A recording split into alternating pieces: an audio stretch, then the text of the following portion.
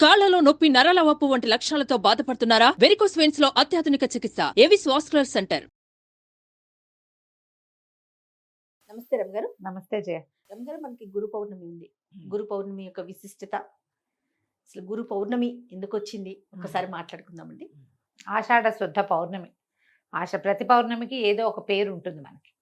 మనం ప్రఖ్యాతంగా చేసుకునే 2 పౌర్ణములేమో రాఖీ పౌర్ణమి పండుగ చేసుకుంటాం. అవునవును. కార్తీక పౌర్ణమికి విపరీతంగా దీపాలు హడావిడిగా చేసుకుంటాం. అన్ని పౌర్ణములు పర్వదినాలే జయ. అన్ని పౌర్ణములు ఇంపార్టెంటే. ప్రతిదానికి ఏదో ఒక పేరు ఖచ్చితంగా ఉంటుంది. మన ఈ ఆషాఢంలో వచ్చే పౌర్ణమికి ఇది ఎందుకంత ప్రత్యేకమైందంటే, గురు పౌర్ణమి అని చెప్తున్నారు, దీన్ని వ్యాస పౌర్ణమి అంటారు. వ్యాస భగవానుడు జన్మించిన రోజు. భగవంతుని అంశావతారంగా జన్మించాడు ఆయన. ఈ విభాగం చేశాడు వేదాన్ని. అందుకని ఆయనకి కృష్ణద్వైపాయనుడు ఆయన అసలు పేరు. అదైతే వేదవ్యాసుడుగా ఆయన ఆ పేరు వచ్చింది. ఓకే. ఈ ఏకీకృతంగా ఒక మూల పదార్థం లాగా ఉన్న వేదాన్ని 4 భాగాలుగా విభజించాడు. మన మానవులకు అందించడానికే. దేవతలు ఒకే భాగంగా ఉన్నా వాళ్ళు చదివేసుకుంటారు. మన కోసం మానవుల కోసమే చేశాడు. ఆ తర్వాత కాలంలో ఆయన ఏం చేశాడు? మహాభారతాన్ని రచించాడు.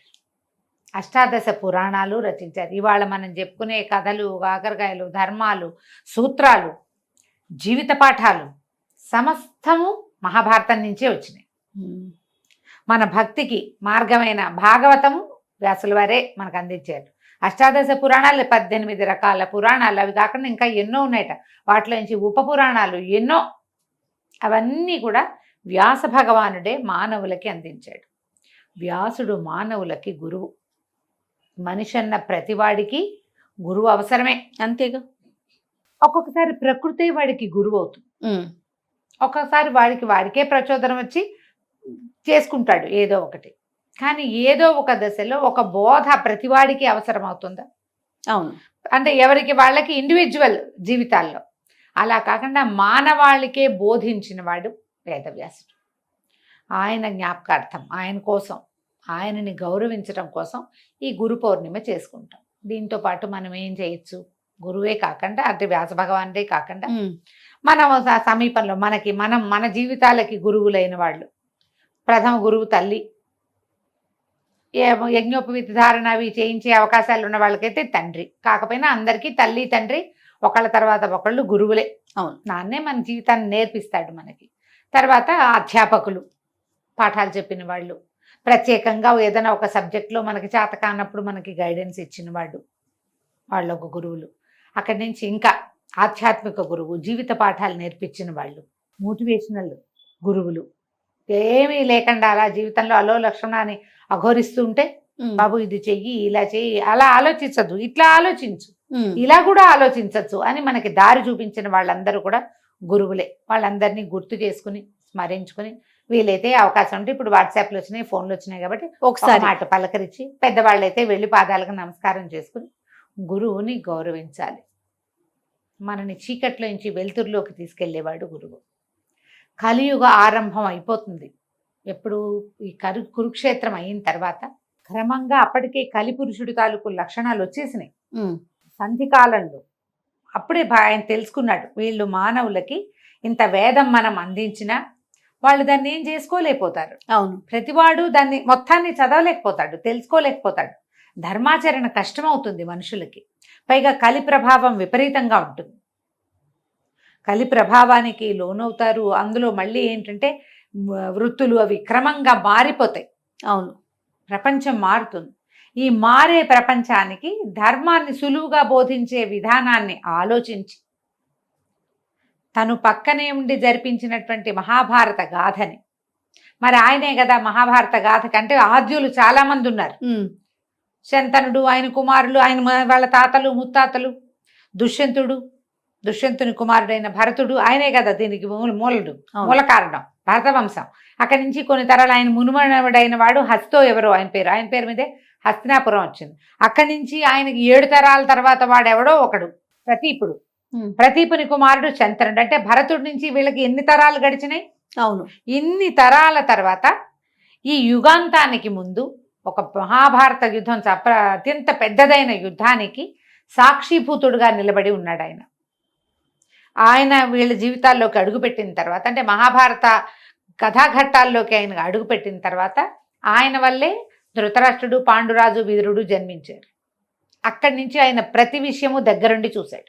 వాళ్ళ పెళ్ళిళ్ళు, మరణాలు, సంతానం కలగటాలు ఎలా కలిగారు, ఆ కాలంలో ఉన్నటువంటి ఏమంటారు రాజకీయ పరిస్థితులు, యుద్ధానికి దారి తీసినటువంటి ప్రలోభాలు, స్వార్థము ప్రలోభము, ఇవన్నీ ఎట్లా వెళ్ళినాయి అవన్నీ మనకు అప్పచెప్పాడు. మనకు అర్థమయ్యేలాగా సులువుగా ఆయన సంస్కృతంలో ఇచ్చాడు. ఆ కాలం సంస్కృతం చాలా సులువుగా మాట్లాడుకునే భాష. క్రమంగా ఏమైంది మనకి, మన ఏ ప్రతి భాషలోనూ కవులు వచ్చారు, సంస్కృతం క్షుణ్ణంగా చదువుకుని ఆయన అందజేసిన మహాభారతాన్ని సులువుగా మన భాషలోకి అనువదించారు. సంస్కృతం చదివి కూడా మామూలు భాషలో, పామర భాషలో ఎంతమందికో అప్పచెప్పినటువంటి ఆ పౌరాణికులు ఎంతమంది. అవును. అట్లా మనకి అందించటానికి మూల కారణమైన వాడు వ్యాసుడు. నువ్వు ఏమీ కొత్త గురువుని తీసుకోక్కర్లా, ఇంకొక గురువు ఎవరైనా నాకు కావాలి అని నువ్వు వెంటపడి ఆలోచన చేయక్కర్లా, వెతకాల్సిన పని లేదు. మహాభారతం చదువు, నీ జీవితం ఎలా ముందుకు తీసుకెళ్లాలో నీకు అది నేర్పించేస్తుంది. మహాభారత అంతర్గతంగానే భగవద్గీత చెప్పబడింది. భారతీయులకి ప్రధానమైన ఏమనాలి పవిత్ర గ్రంథం. రామాయణం ఎంత ముఖ్యమో భగవద్గీత అంత ముఖ్యం. భగవద్గీతని అసలు వారే మనకు అందించారు. మనం నిత్యపారాయణగా చెప్పుకునే విష్ణు సహస్రనామం కూడా వ్యాసుల వారు అందించిందే. అవసరం కదా మరి. కాబట్టి ఈ రోజున మనం కోశ పూజ చేసుకోవచ్చు. ఎలాగా, మహాభారతం కానీ, భగవద్గీత కానీ, భాగవతం కానీ, ఏదైనా ఒక పుస్తకం ఉంటే మన దగ్గర ఆ పుస్తకాన్ని పూజించి వ్యాసుల వారినే సాక్షాత్తు పూజించినట్టు కాస్త గంధం బొట్టు పెట్టి 2 పువ్వులు పెట్టి ఒక నమస్కారం చేసుకుని ధూపదీప నైవేద్యాలు, అరటిపళ్ళు, పళ్ళు ఏదైనా నివేదన చేసి నమస్కారం చేసుకుంటే వ్యాసుల వారిని గౌరవించినట్టు. మన జీవితాల్లో వచ్చే చాలా మలుపులకి కారణమైన చాలా కథలకి ఆద్యుడు ఆయన. కాబట్టి మీకు అవకాశం ఉంటే ఎవరైనా గురువునో ఎవరో ఒకళ్ళని, మీకు ఎవరి అవకాశం ఉంటే వాళ్ళకి, ఆధ్యాత్మిక గురువులు ఉంటారు కదా, మంత్ర గురువు, ఆధ్యాత్మిక జీవితం కాకుండా ఇప్పుడు ఇదివరకు మంత్రం అంటే ఖచ్చితంగా వీళ్ళకే ఇవ్వాలి అని ఒక నియమం ఉండేది కొన్నేళ్ల క్రితం, కొన్ని దశాబ్దాల క్రితం అనుకుందాం. ఇప్పుడు అలా లేదు. ఇప్పుడు అట్లా లేదు. ఎవరైనా సరే గురుగారు ఇస్తే మంత్రం పుచ్చుకుని చేసుకోవచ్చు. అలా మంత్రాన్ని ఇచ్చి మీ జీవితాల్లో మార్పుకి కారణమైన మంత్ర గురువు, విద్యా గురువు, ఆధ్యాత్మిక గురువు ఎవరో ఒకళ్ళని జ్ఞాపకం చేసుకోండి, పూజించండి, పలకరించండి. అంతే చేసుకోవాలి. ఇప్పుడు ఈ రోజున చేయవలసిన విధి అయితే అది. నేనైతే చదువుకున్న ప్రతి వాళ్ళు ఒక మాట భగవద్గీత చదువుకోండి, 4 వాక్యాలైనా భారత గురించి తెలుసుకోండి అనే చెప్తాను. అడుగుతారు చాలా మంది, గురు పూజ మహోత్సవం కదా ఇప్పుడు, ఏమంటారు గురు పౌర్ణమి కదా, ఏం చేయాలి అంటే ఇలా మనం గురు పూజని ముందుకు తీసుకెళ్ళచ్చు. తప్పకుండా ఈ పౌర్ణమి ఏంటంటే పగలు ఉపవాసం ఉండి రాత్రి భోజనం చేసే విధానం ఉంటుంది. ఒకవేళ మీరు పౌర్ణమిని చేయదలుచుకుంటే మామూలుగా కూడా ప్రతి పౌర్ణమికి మనం అలా చేయొచ్చు. పగలు ఉపవసించి సాయంకాలం చంద్రదర్శనం కాగానే భోజనం చేయొచ్చు. ఈ విధానంలో మనం ఎవరిని పూజిస్తామంటే మీ ఏ దైవాన్ని పూజిస్తారో, ఇలవేల్పు ఎవరో వారిని పూజించుకోవచ్చు, లలితాదేవిని పూజించుకోవచ్చు. ఇప్పుడు ప్రఖ్యాతమైన పౌర్ణమి కాబట్టి ఈ రోజున వ్యాస భగవానుడి పూజ కూడా మనం చేసుకోవచ్చు. కోశ పూజ, పుస్తక పూజ అవి మంచివి. తప్పకుండా. నమస్తే. నమస్తే. సుమన్ టీవీలో మీ పర్సనల్ అండ్ బిజినెస్ ప్రమోషన్స్ కోసం కింది నెంబర్కి కాంటాక్ట్ చేయండి.